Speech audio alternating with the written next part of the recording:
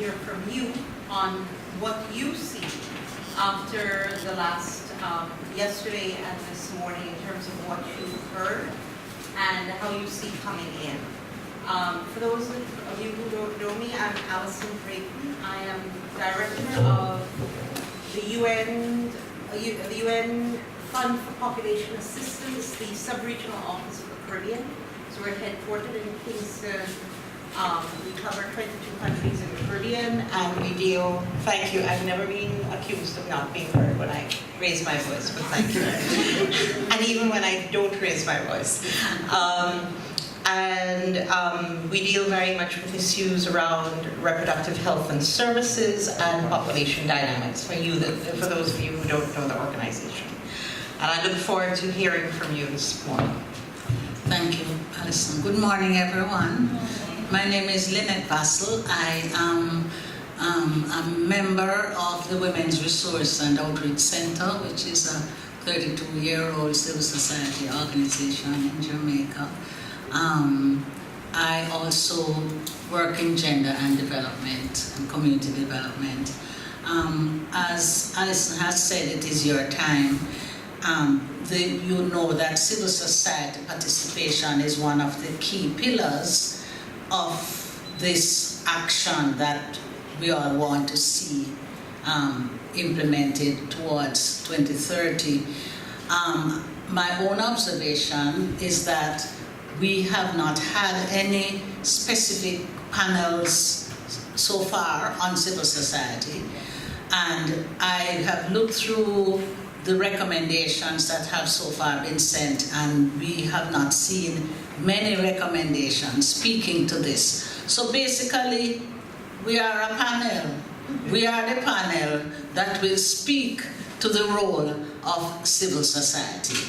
So it is in that context that I welcome you, and I want to invite persons to make their presentations and to do so in a spirit that, nothing is set in stone. It's a free, no opinion is unworthy. But what we do want to come up with are suggestions, practical, actionable suggestions as to the specific role that civil society should play in realizing the actions that should come out of this conference. So think about it from where you sit. What do you want? Some of your program organizers and managers and implementers, what role do you want to see civil society play in the work that you do? And some of us, others of us are civil society activists, organizers. What role do you think we should be playing in carrying forward this agenda? Let's personalize it. I've been part of this process at the UN, and I'm part of a larger international network who have been looking at the SDGs, the new urban agenda, the 2030 agenda, and the Sendai report. And one of our tasks is to work with grassroots women in communities across the world. So for me, I have been working in that space and trying to get women in their space to understand what this means and what it will, how it will impact them, and how they will be able to advocate at the local level with their local authorities to ensure that when the SDGs, the new urban agenda, the Sendai and the 2030 agenda is being implemented, they advocate to be part of that process and be part of that process, and to monitor and to evaluate and to ensure that the communities, when they talk about safe cities, multi-level goal, is not just a top-down approach, but a bottom-up approach, and to ensure that they are part of that process. And they have started, because I have examples of communities who are now working with their local authorities. Newlands, for instance, their councillor the municipality that signed an agreement, and the president of the Newland Women and Girls Safety and Security Group sits on the disaster risk management, whatever committee. So when things are being done for Newland, they are part of that process. So whatever is happening, they know what is happening, and they can now inform the rest of the community to be involved in the process and own the process. So it was very, very strange for me when I look at the agenda and I don't see anything on civil society. And it wasn't even strange because this year, when we were at CSW, the government are trying to ensure that civil society is no longer a part of the discussion. And it's bothering me that the ones who are really reaching out and doing the work that the government can't do, we are being sidelined, not being part of the process. Policies are being implemented, and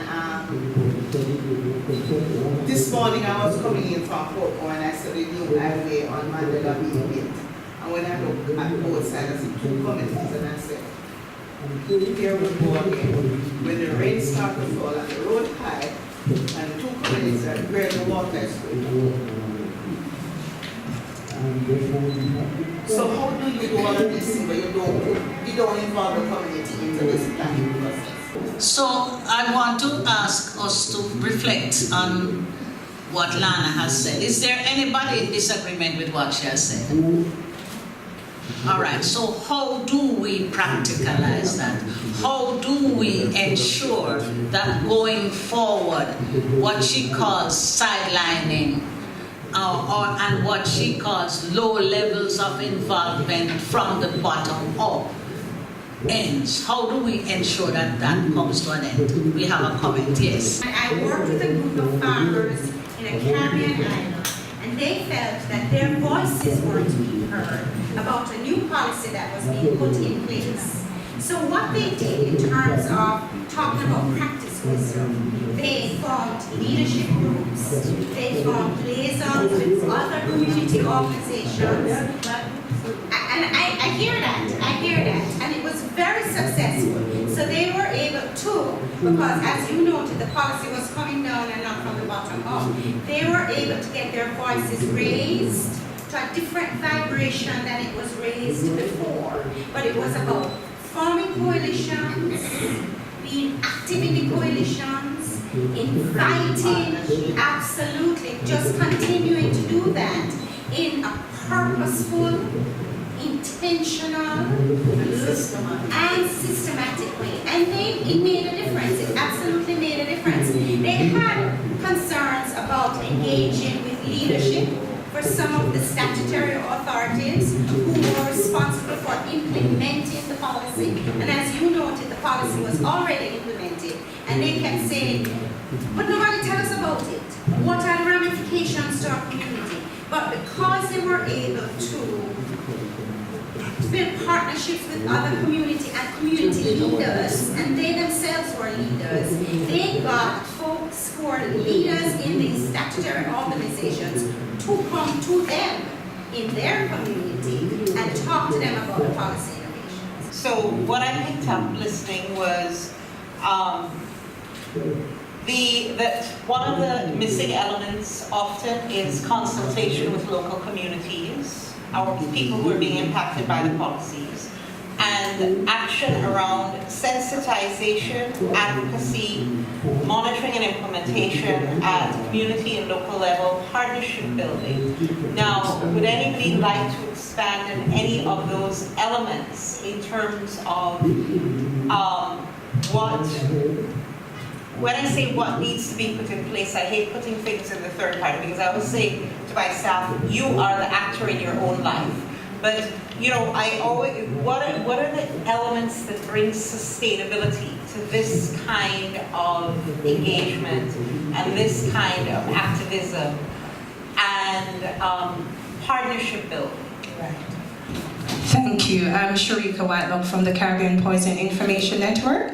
And in regards to the comment and the question that was asked, I'd like to ask something before I speak further, is that in terms of when policies are being issued in the country, do we have a policy which states that these key stakeholders need to be engaged before the policy has been put in place? And who it is that is accountable to answer to the persons to say, for the people of Jamaica, we did communicate with our key stakeholder. So we did communicate with civil society to ensure if we don't have those policies in place that state in black and white that this should happen, we can always tell people that they need to engage and they need to do this. But understanding our Jamaican culture and our people, not all our people are that empowered. And I can tell you that from my years of experience as a public health inspector, especially in inner city communities, people do not willingly go out to speak because of how the society perceives them and how they're seen, and that they're not eloquently spoken enough to voice themselves. But if it is mandatory in our policy that we should go to them before it is done, and then someone check to see if that is done, then that could be a head start to what is happening. It has to be mandatory that they go, because we can always go out there and tell people, you should do this, but if they don't have the capacity, they don't have the ability to do it, what is there to help that process? I would add to that, Lynette, it's not that they're not able to do it. They can do it, because I have been in spaces where they have done it, and without anybody helping them. You have to, at least the policy has to be in place, so you know you go to them. I can brag for the Portmore municipality, brag for them. Anything they are doing, they are calling the citizens to a meeting, and they ask all citizens association to organize community meetings so they can come and speak to them before they do anything. The first solution coming out of Alison's question is that for us to get that going is that we need to have a policy on participation, and we also have to have monitoring to see that that takes place. Is there anything else we need? Richard wants to say. In the policy making process in Jamaica, there's actually a requirement to consult multiple stakeholders. So an actual policy exists. What it needs is enforcement. The only further we could take that is to legislate it. And I don't think that's legislated, but definitely a policy exists for full participation of a diversity of stakeholders. You know, one of the comments I make, I say again, is the activism. So if one comes at these things with a view that first you need to hammer down the legal framework before you have the right to have a view, you know, I don't think I need to finish that. I come back to the issue of activism, of ownership of your space, of ownership of the future you want to have, and remind that, you know, many of us would not be here today without people who looked at the world they wanted to shape and then started to shape it. And in that are the issues of accountability, are the issues of reminding government that they are there to govern for all. But I don't think you start with a legislative framework that says, you have to come and consult us. I mean, again, coming at this, having been with my government, the UN, etc., it is to make yourself a force that needs to be included, needs to be engaged, and passivity, as opposed to a pacifist approach. Passivity doesn't get you there. So, and you know, So the accountability is an issue. So the proposals that were made about strengthening local organizations, forming and sustaining coalitions, that level of organizing at the local community is an important pathway towards that. Okay, so we're talking about enforcing a policy on participation. So I just have a point of clarification. Where in policy development is there that law that says there has to be? Actually, something that at the highest government level. 100%. So we have a 6-step policy making process Okay.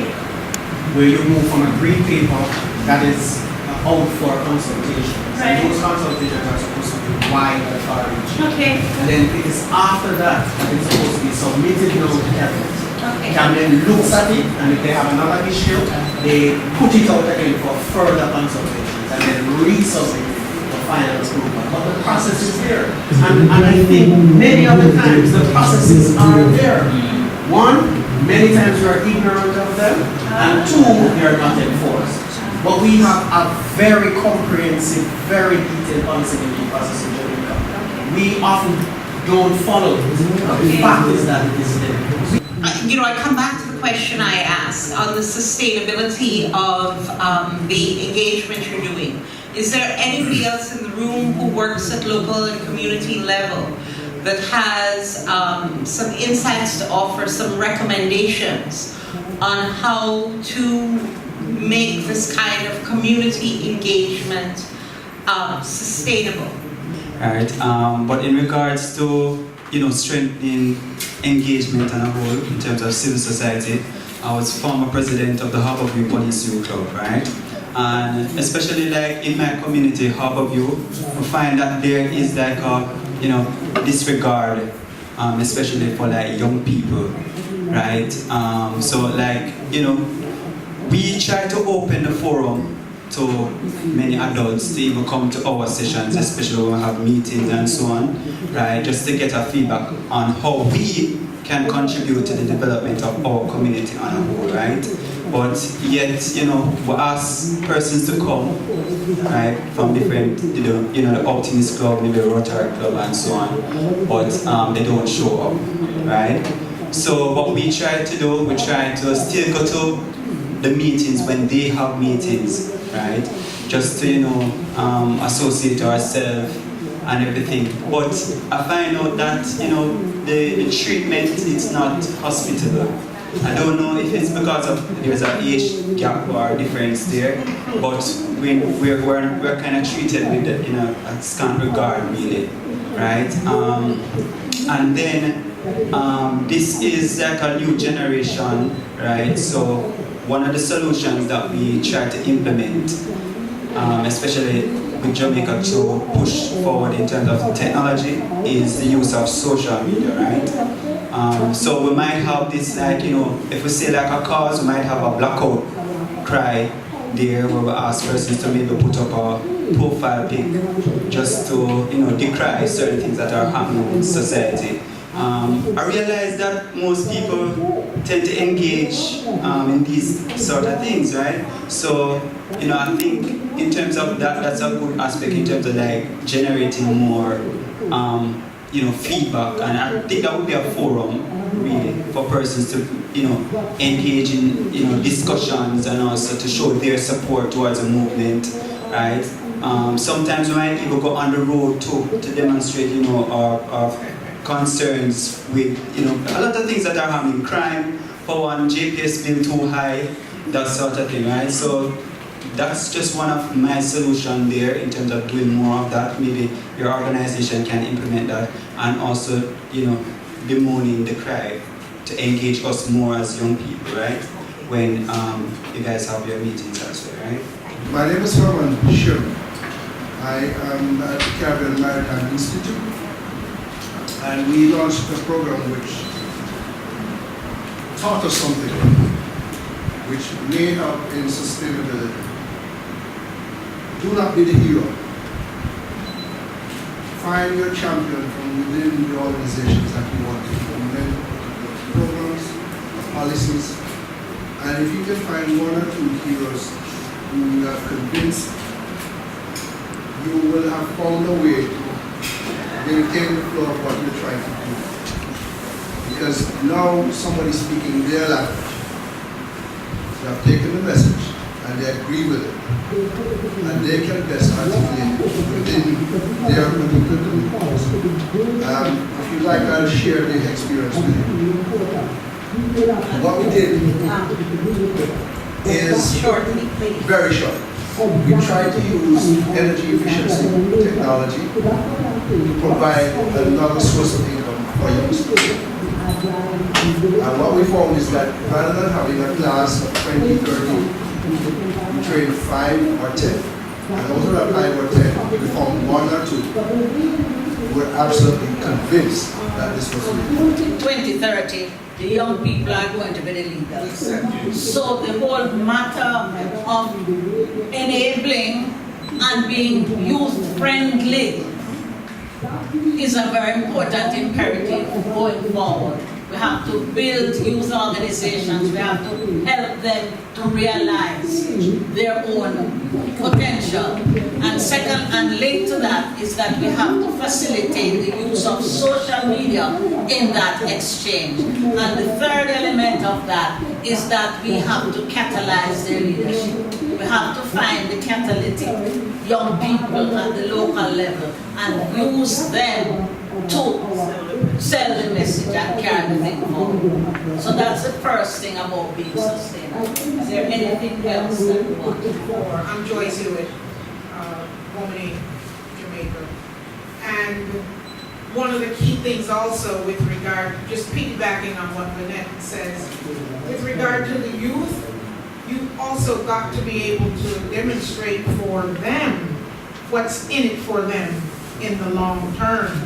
Not just tomorrow, not just next year, but what it's going to mean for them so that they can envision 5 years down the line and even 10 years down the line. Because without that vision, they will see it as perhaps something very quick, in the way that social media today is both a blessing and a curse, and as far as I'm concerned. And the experience is, it can be both. So that for them to be able to draw upon not only the social media, but even the traditional forms of communication, that they can carry the message and the techniques forward, it's about allowing them to understand how it will benefit them and the ones who come even after them, so that they not only plant the seed but take it forward. What kind of benefits are they looking for in your experience? Well, in my experience, it is, well, certainly for a lot of them, it is about payback. Like, for example, when you talk to a lot of the young people and they're studying a particular something in college, and their question is, or you may question them and say, well, where's that going to take you once you do your 4-year degree? We hear it now, where the students who are coming out or still maybe in their 3rd or 4th year are saying, I've got this and I've got that, but there are no jobs. So that when you can show them that maybe they need to change course, and maybe they need to be more selective in their course.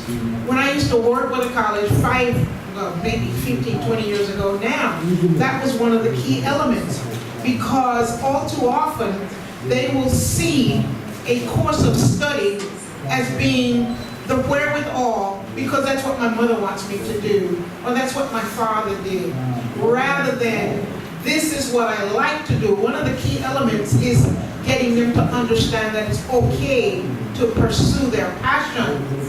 And when they pursue their passion, that's half the job. And then when they can understand that taking it forward, going down the path that will help them, and it's not necessarily a college degree, it's any level of skills, it's life skills and life learning that they need to understand. Thank you. Now we move to 4 solutions and strategies sessions, and this one is on CSOs. So we're having a discussion on what are the elements that a CSO engagement, in implementation, in partnerships, could move forward in terms of attaining the SDGs. I would just say, and then I have a follow-up question that I was a bit uncomfortable. We kind of went into the youth dimension. I would say all of the elements that are being captured apply across the board to all the pieces of society of which youth is one. I always hate these discussions when we're talking to the other in the room that isn't ourselves.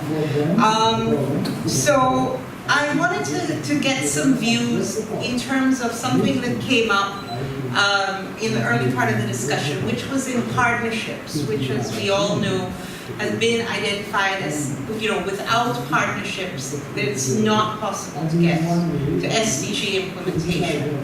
What are the views in the room, and maybe I can hear from some who have not yet spoken, on, how CSOs can form partnerships, contribute to partnerships, including public-private partnerships, and also picking up on some of the comments in a couple of the panels on how sometimes governments in the small countries get,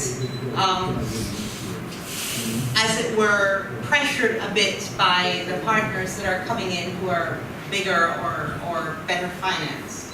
Are we saying that academia and other institutions for development must proactively seek partnerships with civil society in order to fulfill their agenda? It links with the point that Richard made before about policy and framework.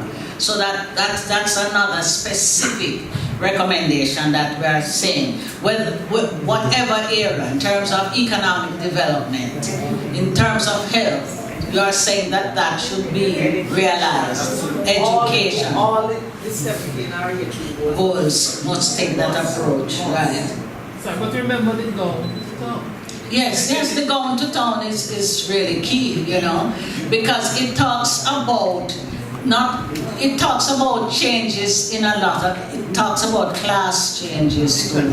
It talks about where learning comes from, that learning does not only come from academia, but that there is much to learn from the community as well. Yes, sir. Yes, Ms. Bassel, I was noting on the same point, right, in terms of the partnership itself, how now say for instance, like private sector organization, how they actually go out then, how do they go out to see this partnership? Is it that they have to put an ad out or something, for us to come forward to say, yes, we have a project here, definitely need the funding, yes, will you help us with this one? Great grandmothers, you have soup to cook or peas to put on the fire. You will have to go and find the wood. You will have to go and seek the wood to catch that fire, to light so that the peas can cook. Private sector won't be coming to you because they don't know about you, what you are doing. So you will have to go and find it. You will have to look at who is doing what and how that aligns to what it is that you are trying to do. Because not every private sector will fund work of sisterhood. How we look at women's issue and rights and all of those stuff. So I would not go to a company that sell what it is now, betting and gaming or whatever it is. I would want to go to somebody that sells juice, soap, whatever it is that women have to use, that kind of stuff. So you have to put your product to their product and find them and deal with them. Maybe we could also have a convention and a requirement that say that the boards of these entities that are working in communities must have representative of community organizations among their members. In other words, we probably have to look at democratizing decision making. To say that, for example, you talk about people who make soap. A lot of the people who make decisions about these consumer items, they are not on the boards of these things. Women are not on those boards. So that what we are saying is that we cannot talk about CSO engagement unless we go the 9 yards in terms of CSO participation in decision making. It seems to me. How do you feel about that? I don't get any response.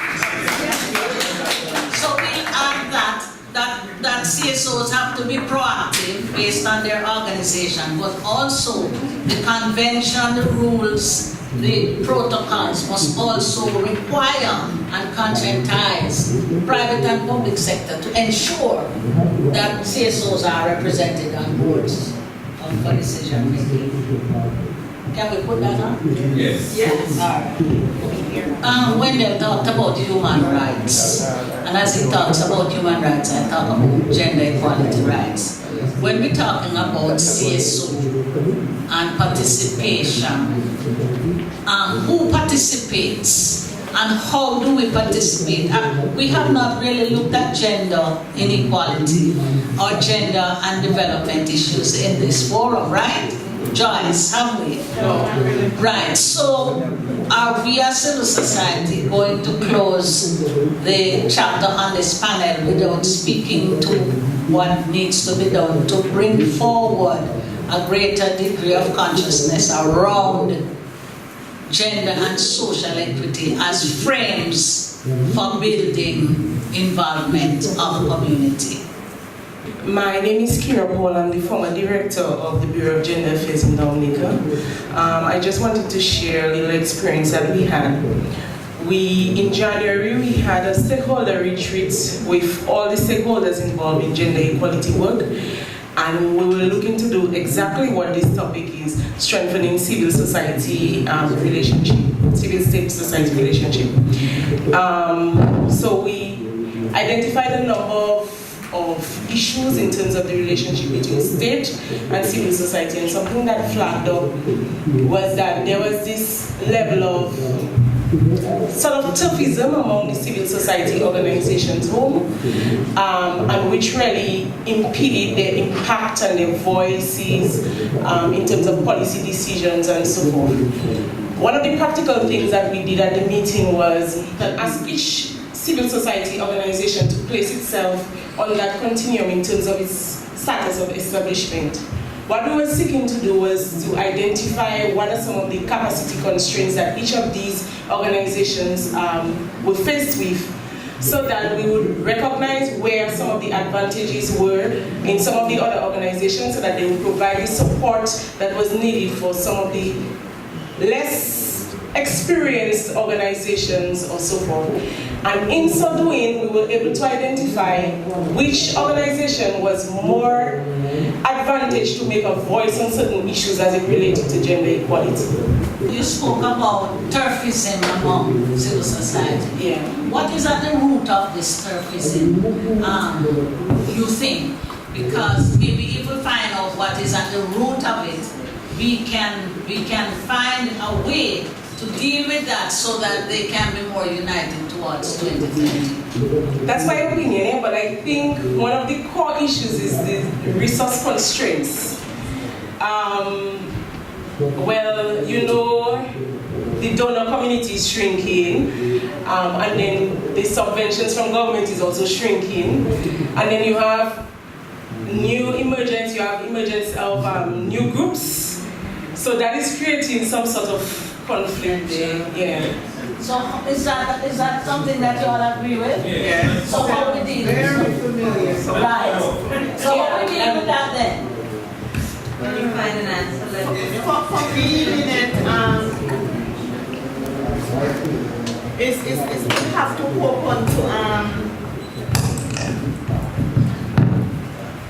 open to new ideas, because as the young were saying, that the young groups that are coming up now, dealing with gender issues, dealing with human rights issues, etc., etc., etc. They have learned the art of using social media as their platform, and they are getting their messages out there.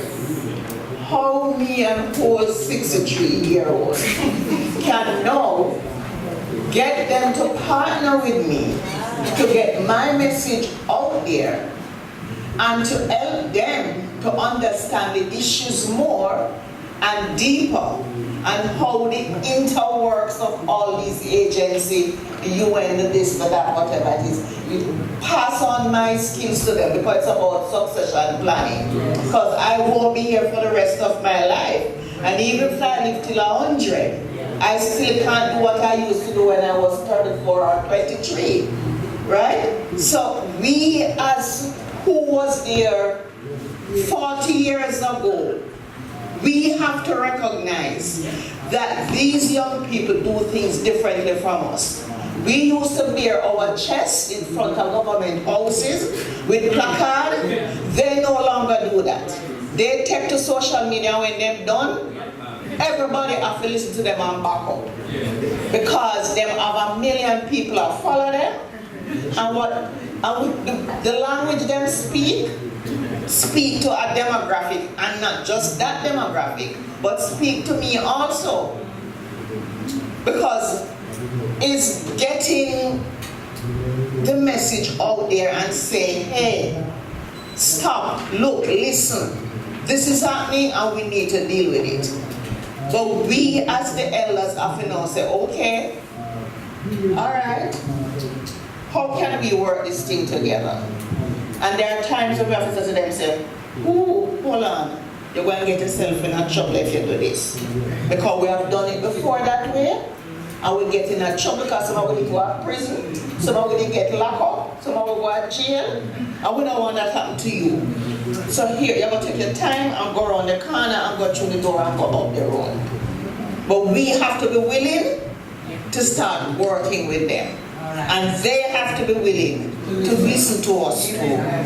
We're looking at the constraints facing CSOs, and we talk about tourism and competition, rooted in resource constraints, rooted in everlasting old leadership that don't make space for young people, all of those things. But for us to move onto a new platform, it seems to me, and to address those issues, it seems to me need fundamental approaches. For example, that this whole development dialogue talks about funding for the state, but civil society as an important partner. Nobody is talking about a slice of the cake for civil society. Although you get the occasional call for proposal and you have to compete and you have to sing. But nobody, the development community, is just saying we have to do these things, but there is no provision for doing it. And if you look through the 17 goals, although they talk about partnerships, it's unequal partnership, you know. You can't have partnership that's unequal, you know, man and woman, unequal partners too, you know. So, in other words, we need to look at that and how we overcome those constraints. So can we put it forward that resource support for CSOs is also a critical part so that they can deal with all of these fundamental problems? Can we put it there, sir? I agree. Hello? Agreed. All right.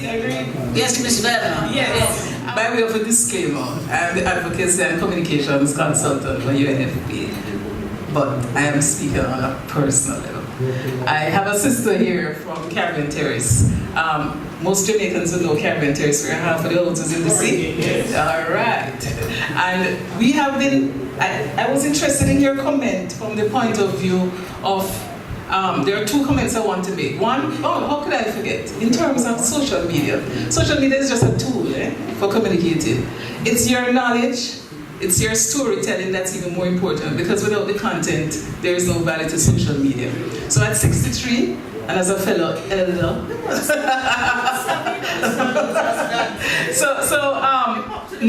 but it is important for you to realize that your content is going to be the contributing factor for the young people. So the storytelling, I just wanted to suggest that knowledge management and capacity building, under which we would then get social media and all the other fancy terms, helping to empower the community. That would be a big thing. So I just wanted to say that in terms of the social media. But my real question is this, and I really don't know the answer. I brought up my sister because we tried in Caribbean Terrace to get the community involved. Those who don't know about Caribbean Terrace, it's a very important climate change model, 20 minutes from here, where after the hurricane in 2004 and 2007, half of the community, for about, how many people down there? 400, whatever. Half of them lost their homes. They left, so half of them left, some stayed, and then the rest of the houses, what do you think happened? So we have uninvited guests. of all different, colors. No, what has happened is we cannot get the community to form a proper. Right. So my question is more elemental in terms of suggestions for engagement. You made the point, do we need to participate before we engage? I am at the formation level. Because I have not, along with my sister, been able to share with them some sort of transformative community engagement matrix. Perhaps you know one that would make them know that if they get involved, these are the benefits. So I want to turn the discussion another way to say, have we some model with the transformational possibilities and implications for community engagement, which would then accelerate the participation from community? And one who continues to struggle to understand human behavior. But there are several issues here that one is around the issue of trust, right? That within our context, individuals and groups still have, challenging just trusting each other and working with each other. And then take back the discussion periodically to our engagement, for example, with Rock and the Csos, that one of the things that we did very early in our engagement was to lay everything on the table to build trust, right? The other one, we took out an approach, change of paradigm, because I think sometimes we tend to want to fight alligator rather than draining the swamp. And we have to remind, and that's not a Trumpian thing, this existed long before Trump, even social media. But that too often we see our mission as one to fight the alligator. And when you go out there to fight alligator, especially sometimes advocates are guilty of this too, is that you're energized to fight, but then in the process you'll be eaten or beaten. And our mission must therefore be to what? To drain the swamp. And you have to emphasize that, because in draining the swamp, the alligators will go away. Yes? And so it's I think some of those ground rules have to be established, building trust, being honest, transparent with each other, and setting the ground rule to work together rather than fighting the alligators. And sometimes that helps. We've had a bit of a discussion around the importance of partnerships that go across constituencies, etc. Any ideas in the room on what, I think Lynette has captured very well some of the elements of recommendations on what should be included in SDG partnership arrangements, but if there are any other views that haven't been expressed yet around that. Also, what role can civil society play in the communities, at the local level, at the national level, on job creation, labor market, skills development? Or what recommendations do you have going forward on that?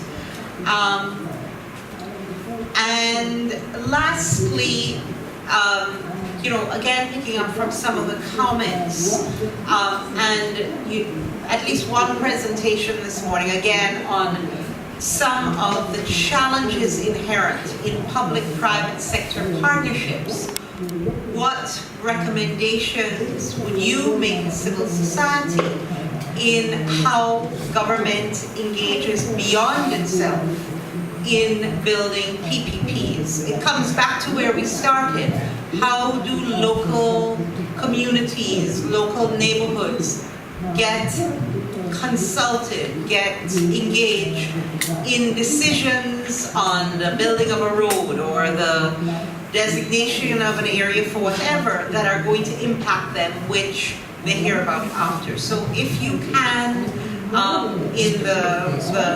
pick up on okay, and I'd like to excite some of those who haven't asked before, but let me start with two who have already spoken. I just had a quick question. It really isn't to really answer, but I think it might. With regards to your question about engagement, I'm curious, you said 50% of the people left, 50% of the people are still there. Would you be able to identify any community leaders with the 50% that's there? But remember, we have a mixed community. Right. The profile would have changed. Yes. And I didn't go into it, but the government would have been say that they have a solution to the 50 that left. The thing for us is still to push for them to hold our representatives accountable, right? When is it that they do something that's not right, we keep the pressure on them, right? Whether, again, the blocking of the roads seem to work, right? And maybe even calling for resignation, that's befitting of, whomever, and whatever they did that was wrong, right? So that's one of the things. My other solution point, and this has to go with the young people on a whole. I know that for like high school and primary school, we have Parents Teachers Association.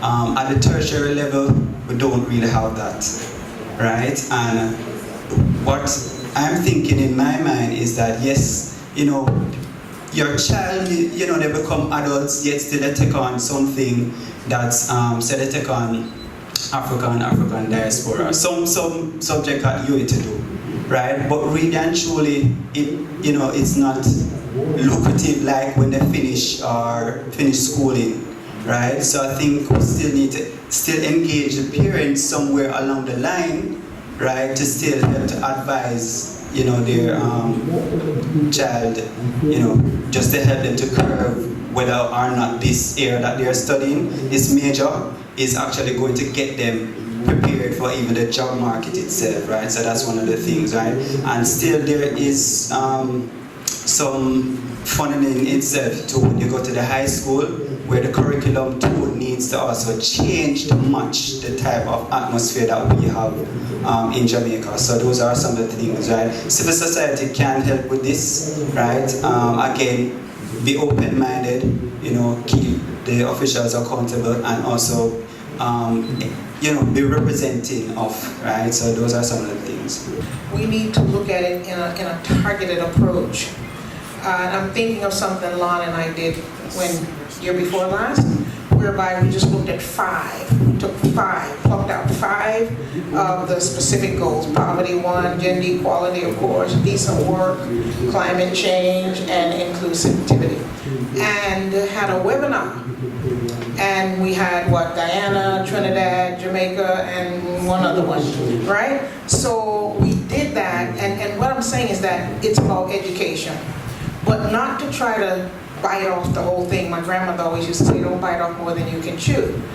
So that if we look at it from a civil society perspective of just looking at the ones that are identifiable and, quote, doable, achievable for your specific community, your specific area, and then how they link. Just choose about 3 to 4 to 5, no more. The others will kind of come into place, and that will make a big difference in how you approach it. You won't get overwhelmed, because looking at 17 SDGs is overwhelming. I just have a question and comment. There should be some kind of technical working group or thematic working group for SDGs in the country, in accelerating and implementing them. To what extent have civil society been involved on these thematic working groups? And if you have civil society involved, how are they selected? I tend to find that we go for the usual suspects all the time, and I think we need to kind of evaluate and fix that a little bit. I know there is a point on the resources that need to be made available for civil society. We need to talk about capacity building as well for civil society, right? And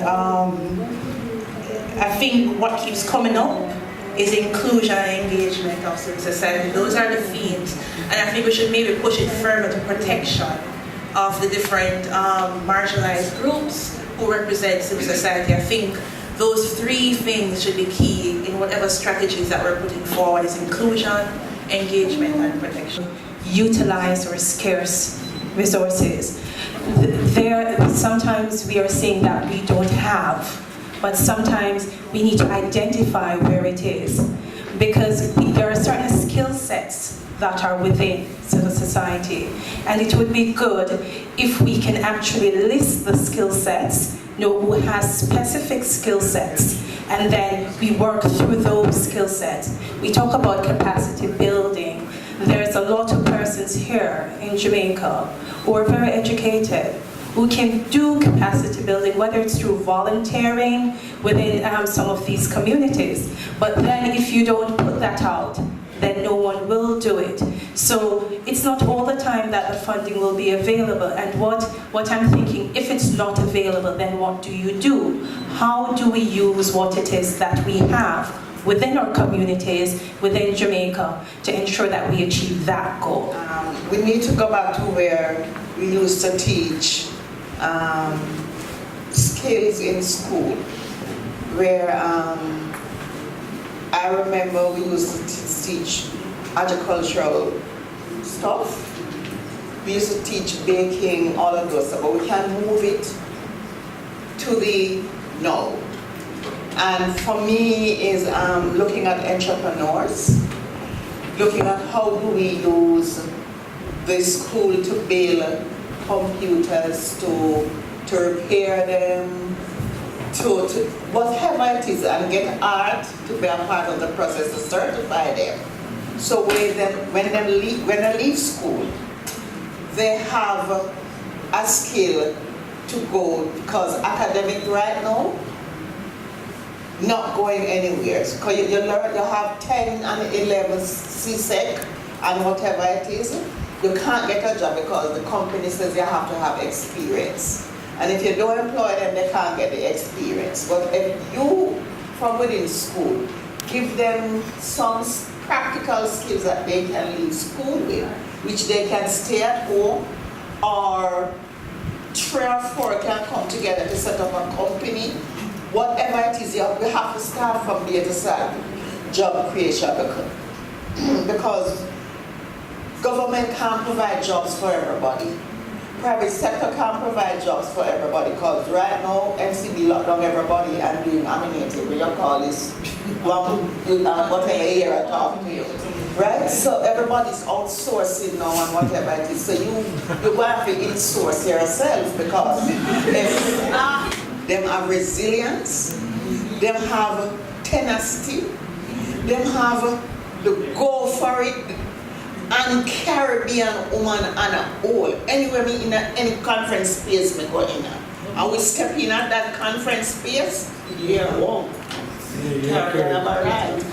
I recently completed a consultancy for the World Bank on gender and entrepreneurship, and one of the stakeholders that I interviewed made a very good point. He said the most successful businesses today are those businesses that the business persons, entrepreneurs who are creative and innovative and meet a social need. If you have a business and it's not meeting a specific social need, it's not going to be successful. So it's not just about, oh, I'm going to start a business, because a lot of people do start businesses, but they fail within the year because, they've not done sufficient analysis, they don't have sufficient understanding of what it requires to have a business, to be an entrepreneur, to be a successful entrepreneur, to not just be a necessity-driven entrepreneur, but to be an opportunity-based entrepreneur. So it's not just teaching those skills in schools, but we have to instill that spirit of entrepreneurship among our young people. And I think it's the Chinese. What the Chinese do is, when scientists, they're now teaching scientists, students who do science, to be entrepreneurs. Because I guess there's the belief that scientists are solution-oriented and seek solutions and try to meet needs. So when we bring everything together, the ideal entrepreneur is one who's an innovator, who knows what the market needs, who's meeting that social need, and who has that spirit and discipline of entrepreneurship. So. Right now, the Caribbean Maritime Institute is working with the organization Parade Gardens to do just that. We have identified an opportunity, they've trained the youngsters, and now they're doing it. And we want to replicate this right across the island with CSOs. What are you doing? They're building the LED lamps. Energy efficiency lamps. No, Parade Gardens Community Development. Let's talk about that. We have gender experts in the room, but I have not seen any consideration being given to this. And I think we need to just say that the issue of gender did not receive any great discussion in any diverse way. Which points to my mind to a huge gap that has to be filled in the development discourse and practice, because we are not addressing some of the key constraints and obstacles.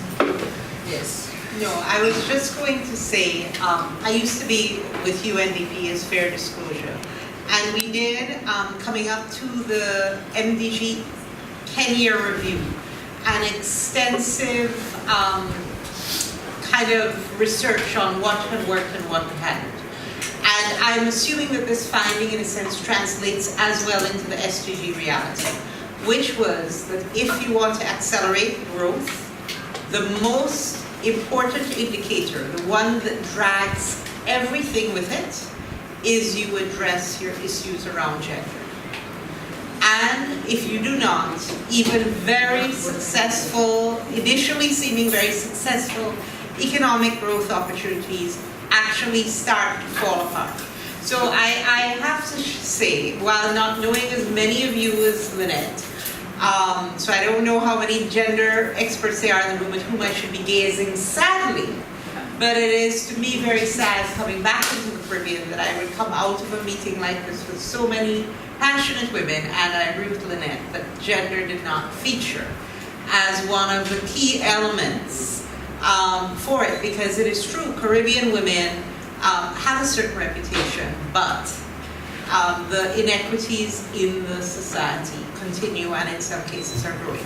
But that is a personal comment from the chair. Yes, so shall we just The both chair. say thanks. Thank you. Thank you very much for what was a very engaging panel.